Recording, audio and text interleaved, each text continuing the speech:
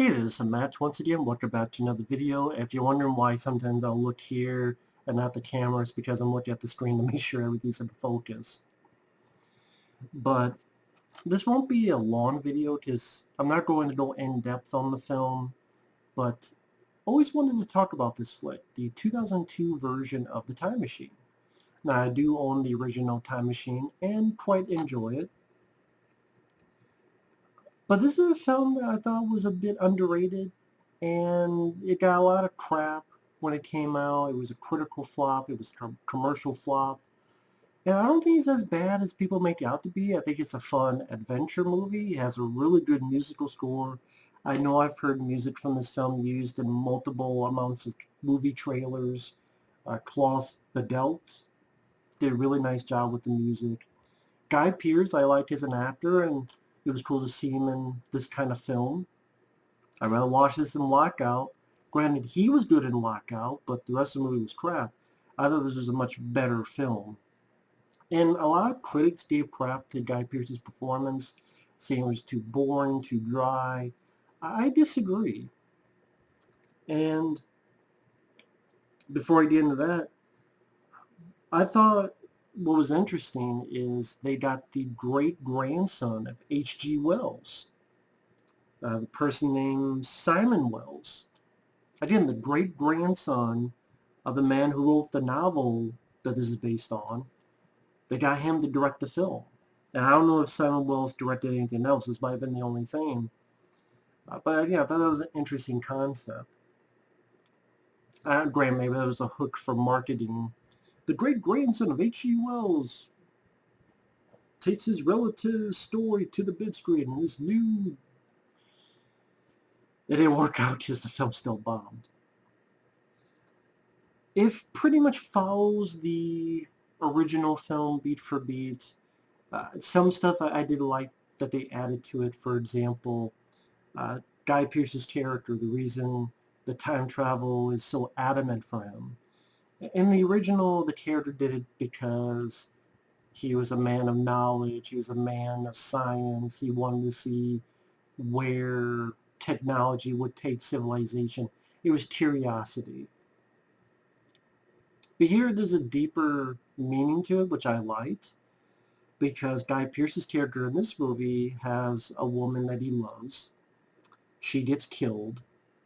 So he's adamant to finish his time machine, go back and save her, but each time he goes back to save her, she still ends up dying.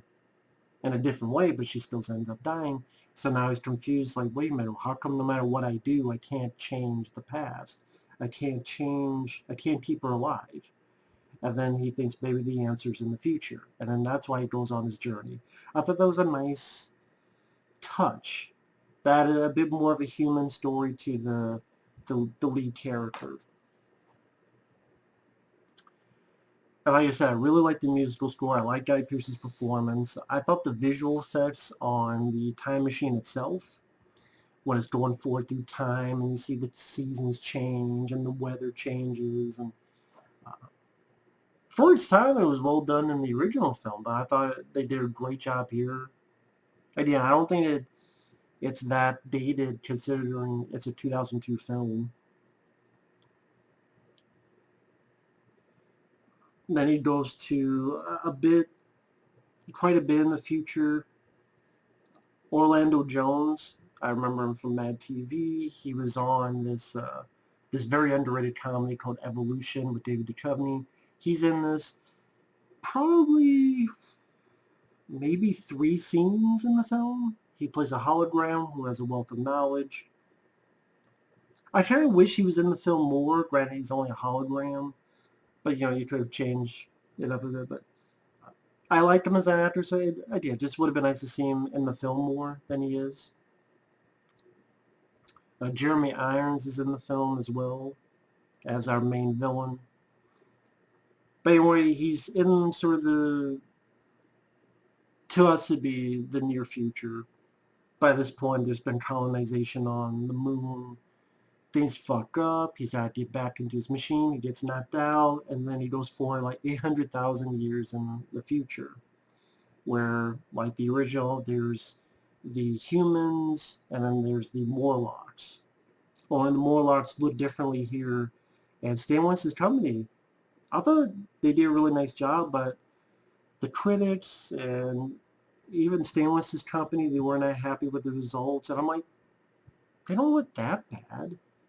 The Morlocks don't look that bad at all in this film. I thought they looked pretty good. Yeah, once in a while there's a touch of CGI, which is very, very dated. But for the most part, they're practically done, and real life, animatronics and people in suits. I don't think they're, I don't know why everyone craps on it. I don't think they're bad at all. But what do I know?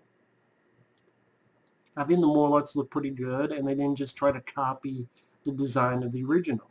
They tried to do their own thing, and I like what they came up with. I'd rather this is a little bit more of an action movie, which I appreciate because I'm a fan of action. But it's not, Guy Pearce he's not playing Rambo or anything of that sort.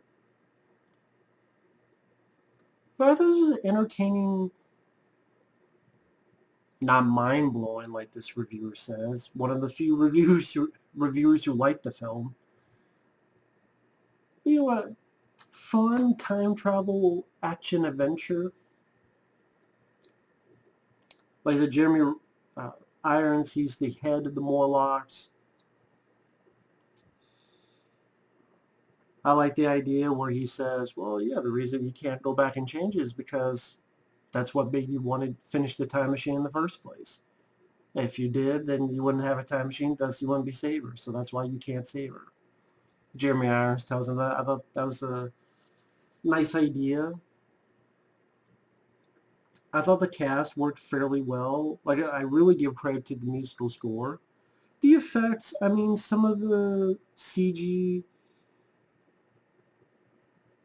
there's not too much CG on the Morlocks, but once in a blue moon there is pretty dated. But overall, I thought the effects were pretty damn decent for a film that's, again, from 2002.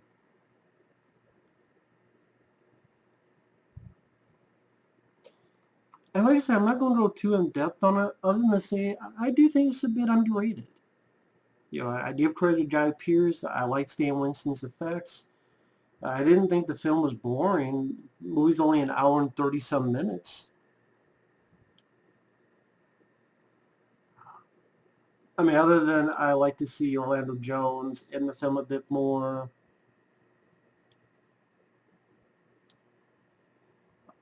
Samantha Mumba, she's alright. She's very pretty. And she does an alright acting performance. It's nothing fantastic. But, she does alright. Yeah, I would think if you're a fan of the original, this is worth a watch. And if you're not a fan of the original, maybe you like this more. It's a film that's really forgotten. And I don't think it really deserves that fate. It's a movie that does its job. It's an entertaining flick with likable lead, fun thrills, neat concept, which was the original film. And this is a remake, and you see why they did. And, considering all these remakes that get the pass, this film deserved a bit of a better fate. But that's just me. But anyway, just want to do a little review for that film. Thanks for watching. Take care, and we will see you on the next one. Bye-bye.